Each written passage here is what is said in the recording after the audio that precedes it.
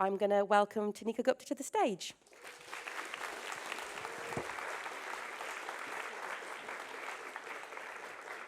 Okay, thanks. Hello, everyone. Can you hear me?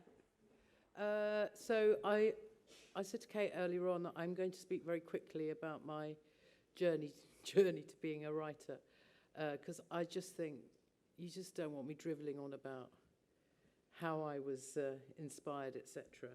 But just very quickly, my parents came to Britain in 1961, and they were both very young. They were like in their 20s, I think, and they were educated but very, very poor. And I think they struggled quite hard when they first got here. A lot of racism in those days, not being able to find jobs, etc.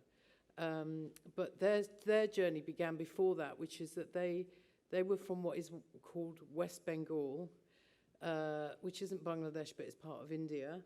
And they met and fell in love in this educational institute called, it's a very long word, Shantiniketan, which was set up by the poet Tagore. So this is this bearded chap here, who was a bit of a revolutionary figure in India at the time. He is India's national poet. He's written both the national anthems for India and Bangladesh. He won the Nobel Prize for Literature in 1913, and there's a great story about how he came to Britain, he came to London in 1913 with his collection of his works in English.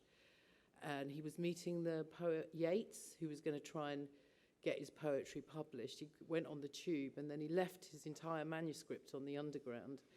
And it was the only copy he had, and they had to run around looking for it. Eventually found it in lost property, and then later that year he won the Nobel Prize for that collection. So thank God they found it. And then a couple of years later, he was knighted, so he became Sir Tagore. And but then he gave the knighthood back in 1919 when the British shot all the Indians in a peaceful demonstration. It's called Jallianwala Bagh. It's very famous, where the British troops opened fire on hundreds and hundreds of Indians and killed, I think, about 1,000 people. And so in protest, he gave back his knighthood. So he's quite an interesting character. He's a poet. He wrote dance dramas. And basically, my parents were completely obsessed with Tagore. So from morning, noon till night, I used to hear poetry, I used to hear singing, I used to hear my mum dancing in the kitchen. It was just a nightmare. So I spent most of my teenage years just thinking, can you stop the Tagore? So I think the next slide shows, this is my parents basically, my mum dancing. And he wrote some very interesting plays all about untouchability and the working class and the poor, and, writing about communalism, which is basically about violence between religions. Do you want to go on to the next one? So, he was an influence on the First World War poets as well. I think one of the poets, and I can't remember which one, had one of Tagore's poems in his pocket when he died. He also, as you can see, he met Einstein. He was a big friend of Gandhi. There on the right, you can see a young Gandhi who came to Britain in 1891, which is kind of where the Empress comes in. Do you want to go on to the next one? So these are some of the plays that I've written. I basically went off to a university and studied history. And so I've always been quite interested in history. I was a really bad student. I just really, really didn't study hard enough. But I think years later, I've come back to it again. So I write new plays as well as historical plays, so gladiator games. I think I would say that I tend to write political plays. I think there's no shame in saying that you're political. I think most writers who write something have to write something about the world in which they're living. And that necessarily means that you're writing about current events, about what you think about the world. I think if you just write plays about relationships, it's a bit dull. So unless it's Romeo and Juliet, of course. But it's very important to me to be able to say something about the world in which I'm living. And quite often you'll find that playwrights are incredibly, what's the word, quarrelsome, argumentative people, which it always helps, because actually what people want to see when they come to watch your play is they want to see something of you in it. They don't want to just have a sort of balanced BBC view. I went to Oxford University to study history, and I was in the same year as Boris Johnson. So today is a great day for me. Okay, next slide. So sometimes the inspiration for plays comes from all sorts of places, whether it's a newspaper or in a conversation that you have, or a sort of chat that you overhear at the bus stop between two people. The play that's on the curriculum, that's The Empress, came from this photograph. So this photograph on the left that I found in a book by Rosina Visram, which was written, I don't know, in the 70s or something. And I looked at the picture and I thought, who the hell are these people? And they're basically a bunch of Indian, like Mary Poppins style nannies, ayahs. So they were Indian women who were brought over from India to look after British colonialist children. So when the British were coming back from India, they would hire one of these ayahs to look after their children. You'll see in the picture, right on the far right, there's a Chinese woman as well. And so they were called Amma, so they came from China as well. And quite often what happened was that, so this picture is a picture of women who were in this place called the Ayah's Home, which is in Hackney. So what often happened with the Ayahs was that, this is what I read, was that they would come over thinking that they had a job, or they were looking after the kids, and then when they got to Tilbury Docks, they were dumped by their employers. Basically said, we don't need you anymore, we've got an English nanny, thank you very much. So what we don't realise is that late Victorian Britain, 19th century Britain, from 1880s onwards, was full of destitute ayahs. And this ayah's home apparently had about 200 or 300 women going through it every year, right up until 1947. These are just a few pictures of some of the women that you saw on the street pushing the prams. And what's interesting about them is that they were mainly, this is when my history buff hat comes on, they were mainly illiterate. So they didn't write in English or in their mother tongues. So it was very hard to find any information about them. And because if you look in the library or whatever, there's very little history text about them. So this is where I come into it, and I just make up stories because that's what I do. And so The Empress, I became very interested in trying to write a play about one of these ayahs who gets literally dumped at Tilbury Docks. Do you want to go into the next one? So then this is the other chap that was knocking around, who was called Abdul Karim, and he was an Indian servant to Queen Victoria, and he came over around the same time. He was supposed to be a waiter who would stand behind Queen Victoria while she had her breakfast, and she was gifted to the Queen by the Viceroy of India. I can't remember what his name was, but he was so handsome when he first joined, as you can see from the bottom picture, not from the top right, because that's after he's eaten too much at the palace, I think. I think Queen Victoria basically fell for him. And she promoted him to be her munshi, or her teacher, and she learnt Hindi and Urdu from him. And what's fascinating is if you go into the British Library, you can find little excerpts of Queen Victoria's handwriting in Urdu, where she had learnt from him. But although a lot of them are quite flirtatious, like, you know, oh, don't squeeze me so tightly, that kind of stuff. So there was obviously something going on there. I have gone around asking lots of academics, did they actually have a relationship? And people are very coy about it. I don't know why, but... Then there's, so that's the thing, the minute you start researching, you find more and more interesting stuff. So this chap on the right, oh, you're not there. Is it the next slide? This chap, His name is, again, another long name, Dadabhai Naoroji, who was actually the first ever Indian MP in 1891 in Gladstone, the Liberal Prime Minister, his last office. And Dadabhai was actually elected in 1891. So this is long before Sajid Javid and all the rest of them. And he was, you could see his incredible hat. He was Parsi, but he was also very interesting because he was friends with Florence Nightingale and Keir Hardie, who was the founder of the Independent Labour Party. And he was the precursor to Mahatma Gandhi. So when Gandhi was in London, he used to go to this guy to talk to him about politics, basically. So these are all very interesting characters, and what I was completely obsessed with was trying to write a play which incorporated all these different characters to show that there were Indians.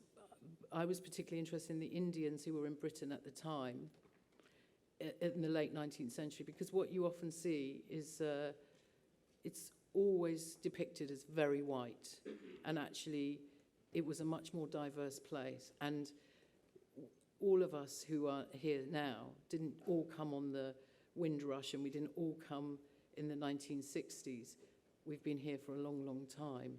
And so for me, that was a very important story to tell, that actually we are part of the fabric of this country.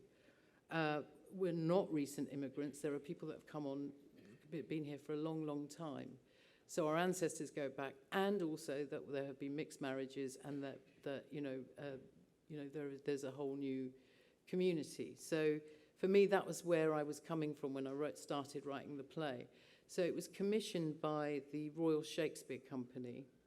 And I remember when I was writing, I got really obsessed with Queen Victoria, because you do. And not in a particularly positive sense, but in the sense of she was the Empress of India, and there was a lot of rubbish that went on underneath her regime. So, for example, the scramble for Africa took place. The whole of the sort of African continent was being overrun by people like Cecil Rhodes, who were gaining more and more land. So I was quite critical of her. But I remember when I showed this first draft to the artistic director of the Royal Shakespeare Company, he said to me, "Can you put a girdle on Queen Victoria and squeeze it tight?" And I remember thinking, oh God, what's he talking about? And then I realized what he was saying was that he was more interested in the Aya's story than in Queen Victoria, because Queen Victoria was the person that we know about, whereas we don't know about that unwritten history. So in a sense, even though Queen Victoria is very much in this play, you'll notice that the scenes are much, much shorter than the others. And that was quite deliberate. And then when I was at the RSC, Stratford-upon-Avon, I should say, when they were performing it, do you want, oh yeah, sorry, next one. Oh yeah, no, we don't need that. Sorry, do you want to go on? Oh, so these are pictures from the production. So you can see there's Queen Victoria. But what was lovely about it was a very mixed cast. And what I really despise is writing plays which are only Asian or only white, or, I don't live in that world, and so it's very important to me that we have quite a mixed scene. The next slide. I was wandering around Stratford-upon-Avon, which is a bit like a Shakespeare sort of fun park. And I went to the what they think was Shakespeare's house, but they're not sure. But in the gardens, as I was wandering around, there was a bust of Tagore just sitting there in the middle of it. And I thought, bloody hell, this man follows me everywhere.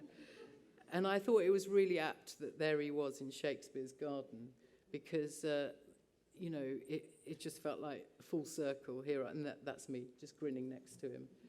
And that's it. I think that's all I have to say. If you want to ask questions, please do. I'm going to get some microphones. Okay, so if I yell, you're going to hear me really loudly. I'll hold them away. If anyone would like to ask Tanika a question about any of the things that she's mentioned, any of her experiences being a writer. If anyone wants to put up their hand, we will get microphones to you. Pam, can I impose upon you as well? Look, there's hands going up at the back. Eva, can I impose upon you? And then I will say at the front. If you put your hand up nice and high, as the lady at the back with the glasses might have been first, Pam.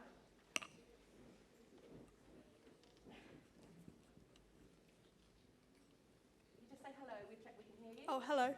Perfect, off you go. I have a question about the Empress. Who is your favourite character in the play?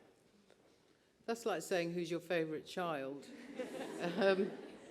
I would say probably Rani, because that's who I wanted to write about. In fact, she is really the Empress. Even though Queen Victoria was the Empress of India, and people often think that that's why the play is called The Empress, because it's about Queen Victoria. It's actually about her. In Bengali, because that's my mother tongue, Rani means queen. And so I guess she's the main protagonist and probably my favourite. Thank you. Questions, hands? There was here we are. Hello. So you said that the Empress was in the GCSE curriculum. If you could have chosen any of your plays to be part of the GCSE curriculum, would the Empress have been the one that you would have chosen? Gosh, you know, having a play on in the GCSE curriculum is just amazing. You've got to remember this play was only on for 3.5 weeks in 2013. And so it's that, well, in a way, that's the beauty of theatre, its transience. And that, you know, it's not like set in stone. But on the other hand, you know, how many people went to see it? And, you know, I often wondered whether it would ever go on again. So it's just brilliant that other people are picking it up and reading it. Obviously, I would like all my plays to be on the curriculum. But what's great is that it's coming back to the Royal Shakespeare Company next year. They're doing a new production of it, which is great. That's hot off the press news, because we weren't allowed to say that. But I don't think I'm allowed to say it either. I think you're allowed to say whatever you like. But yeah, that's there you go, exclusive. So if you're doing the Empress, then you're going to have a chance to go and see it in production, which I know is something that everyone has been really, really, really wanting to do. So if you're leaving school this year, come back. More hands. Pam, we've got... Hi there. I'm a teacher looking forward to hopefully teaching the Empress to a GCSE group next year. Yeah, really excited. And what would your comment be to some young people, or maybe parents, or maybe staff, not me, who would defend or apologise for the British Empire? Not me, by the way. Yeah. There's no point apologising about it's happened, really. I mean, but I think what's important is that it is taught. And in terms of defending, I mean, people defend all sorts of mad things. And but we do need to teach it. I mean, for one, in all the time that I was at school, and also my children who are now grown up, we never learn anything about African history, about Asian history, about colonialism, nothing.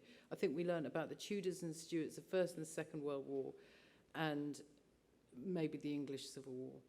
And in terms of literature, it was not there was nothing in terms of, you know, black or Asian writers. And I think that's a terrible mistake, given, like, look at the people sitting here, that we want to see something of ourselves. I mean, half the time, the reason why we write is so that we can reflect our own lives.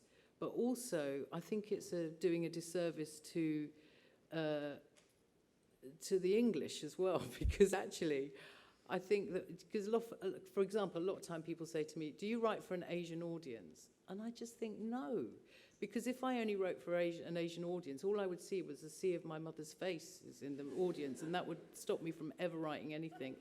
And it doesn't allow for the fact that we are all mixed now. We have friends who are from different communities, and we all want to learn about each other. And some of us are married and have kids together, you know. So it's like, it is that thing about, I'm not going to be defensive about it. On the other hand, when I see people coming out of my place crying and shouting and vomiting, I think, yes, I've got them. I mean, you know, this thing about, oh, you mustn't be offensive. The whole point of being a playwright is to be offensive. or to make people feel something, or even if it's anger, it's a good thing, because they might actually go away and think about it. I don't know if that answers your question, but yeah. Thank you. Well, have you got anyone on this side of the room? Because Eva needs to stretch her legs. Make her go all the way up to the top. Thanks, Katie. Hey, thank you. You can be next. How long did it take you to write it and to publish it, and did you ever regret doing it? It's a bit of a loaded question. Honestly, to write a new play takes quite a while, mainly because you write a draft, you think it's genius, you hand it in, and they go, you need to change this, that, and the other. So all in all, it took about 3 years. But it's also about getting feedback from the theatre. And the Royal Shakespeare Company were incredibly bad at reading and getting back to you. So that's why it took so long. And I know I never regretted it. And it's always, I mean, the reason why we write is to have our plays on. And so good, bad and ugly, we're happy. The difference is with writing a novel is that it's much more collaborative.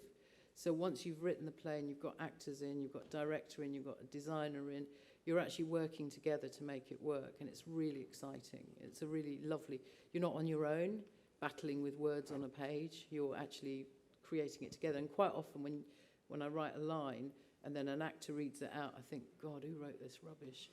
And then we work together to make it better. And then once it was, I think here in this country, once you've got a play on, it often gets published. Where I think in Europe, plays get published but don't get put on. And for me, it's not so much about the public. Obviously, it's quite nice to have it published, but it's about getting the play on and putting it in front of a live audience and watching them, whether they laugh at your gags or not.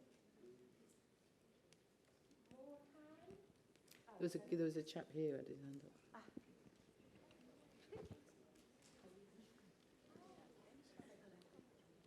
Hello. Hi. Like, why did you start writing? What inspired you? I think one of the things that I was very lucky with was, although I say that my parents got on my nerves with their poetry and stuff, they were quite inspiring. So my dad was a brilliant storyteller. He used to tell us great stories all the time. So we'd be going to school, for example, and he'd be telling me a story, and he'd be driving me there. And then if he hadn't finished his story by the time we got to the school, he made me sit in the car until he'd finished it. The school bell had gone and everyone had gone in, and I was still sitting there listening to his story. So he was a great storyteller. He used to act all the stuff out. And he always used to say to me when I was a little kid, "You're going to be a writer when you grow up." Now, I don't know whether that was because he wanted to be a writer, whether he really thought I would be a writer. But when you're told by your parent that this is what you're going to be, it's really hard not to want to be that. And also I was very lucky because all my other Asian friends at school were being told they had to be a doctor, lawyer, or an accountant. Whereas I was really, really pushed into the arts. And in that sense, I was quite unusual. I also really, really loved writing. So it's a bit like, you know, when you have artists who can't stop scribbling or painting or whatever. I always wrote. I love stories. I love stories. And I love telling them. I think that's my big thing, is telling stories. When I was young, I used to tell terrible, terrible lies. I mean, really big whoppers, to the point where my mum would be tearing her hair out. But actually, when I look back on it, I realise that I don't tell so many lies now, and it's because I'm putting them into plays instead.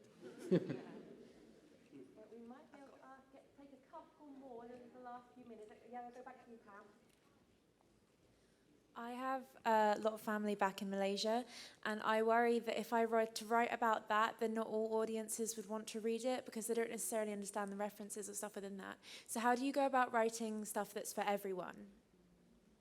I don't think you should worry about it. I think that the more specific you are, the more universal things are. So, for example, I wrote a play that was at the National about 20 years ago, which was about the death of my father, And after he died, there was a lot of Hindu ritual around his death, which for me was kind of a bit strange because we weren't really religious, but it was quite specific. You know, things like leaving glasses of water around the house and wondering whether there was another life after death, and people talking about reincarnation and all that kind of stuff. So I put it into the play, and I did worry. I did think, oh, it's quite specific. It's very Indian, it's very Hindu. Not that I'm religious, but I was depicting this world. And actually what was really interesting was on the first night, I looked at the audience and there was a sea of blue rinses. And I remember thinking, oh my God, they're not going to get this at all. You know, American women, and it was just a bit awkward. But then they loved it because actually the play was about death. It's about death and what happens to you after you die, and what do people think happened, and how do we cope with grieving when our parent is gone. And that is universal. And if you try and sort of water it down and go, oh, you know, I'm not going to do any specifics about ritual, then it doesn't make sense. So I don't think you should be ashamed of it or worried about it. I think the more specific you are, the better. And amazingly, I mean, I have found that people love it. I mean, there was a brilliant play on at the National not so long ago about called Nine Night, which was all about the ritual around a Jamaican family losing their mother. And it was very, very specifically Jamaican, and it was absolutely brilliant. People loved it. And again, it was very mixed audience. People, you know, relate to it. We're going to take one more, if that's okay. We've got one more up here, so we're just going to take one more. They have one up there. I know. We're going to run out of time. Are you going to have another one? Okay. Well, let's take this one first, and then we'll see where we are. Did you always want to be a writer, or was there something else that you wanted to be when you were younger? Yeah, I think I always wanted to be a writer. I didn't just start writing. I did go and do jobs and stuff. I remember when I got my first job at Islington Council as a community worker, my dad was really upset and said, I thought you were going to be a writer. And I said, I am. It's just that I need to earn a living first, you know. So, yeah, I mean, I always did jobs in order to try and be a writer. One more, yeah. One more.